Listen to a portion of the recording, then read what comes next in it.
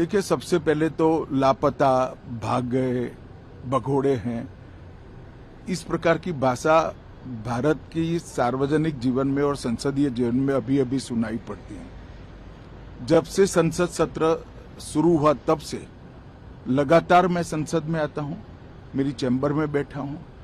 चूंकि संसद भवन के अंदर विपक्ष संसद को चलने ही नहीं दे रहा है, दोनों गृहों में, तो कोई जाकर क्या करेगा। जहां तक चर्चा का सवाल है, सरकार की ओर से किरण रिजिजू जी ने, जो हमारे पार्लियामेंट्री अफेयर्स मिनिस्टर है, उन्होंने बहुत स्पष्ट कर दिया है कि जो नीट आंदोलन के छात्र प्रदर्शन पर सभी प्रकार की चर्चा करने के लिए सरकार तैयार है और चर्चा के लिए समय सुनिश्चित किया जाए और विपक्ष तैयार हो जाए। पहले तो ये यही मांग कर रहे थे, हमने हाँ बोल दिया। मेरी ओर से भी मैंने कह दिया है कि मैं किसी भी सवाल का जवाब देने के लिए संसद में तैयार हूं, मगर वो चर्चा ही नहीं होने देना चाहते। अब जनता तय करे कौन भाग रहा है। आज भी मैं कहता हूं, आज 3 बजे तक स्पीकर साहब को वो पत्र दे दे। 3 बजे से लेकर कल 3 बजे तक सभी प्रकार की चर्चा के लिए हम तैयार हैं। मैं सदन में ही बैठूंगा, सबको सुनूंगा और सब चीजों का जवाब दूंगा। सरकार के पास छुपाने के लिए कुछ नहीं है।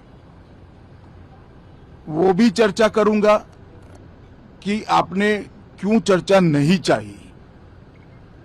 भारतीय जनता पार्टी की मोदी जी के नेतृत्व में सरकार, एनडीए की मोदी जी के नेतृत्व में सरकार हर चीज पर चर्चा के लिए तैयार है।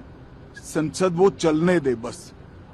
आज मैं चैनलों के माध्यम से इन विपक्ष को कहना चाहता हूं कि आप एक पत्र 2 बजे तक लिखकर दे दीजिए स्पीकर साहब को। 3 बजे से चर्चा चालू कर देंगे और कल 3 बजे मैं जवाब दे दूंगा सारी चीजों का। संसद में चर्चा करने के नियम बने हैं, तरीके बने हैं। अब मुझे कोई कहता है कि आप एक स्टेटमेंट दे दो, इतने गंभीर मसले पर इस तरह से चर्चा नहीं हो सकती है। शायद आपके पद्धति में होगा, मगर संसदीय पद्धति ये नहीं है। संसद में एट लेंथ चर्चा होती है। आज 3 बजे से देर रात तक, जब तक वो बैठे, और कल दोपहर 3 बजे तक हम तो क्वेश्चन आवर भी सस्पेंड करने के लिए तैयार है, अगर स्पीकर साहब अनुमति देते हैं तो। कल 3 बजे तक मैं चर्चा के लिए तैयार हूं। मैं खुद बैठूंगा, हर चीज लिखूंगा और हर चीज का जवाब दूंगा, जिससे देश की जनता के सामने सारी चीजें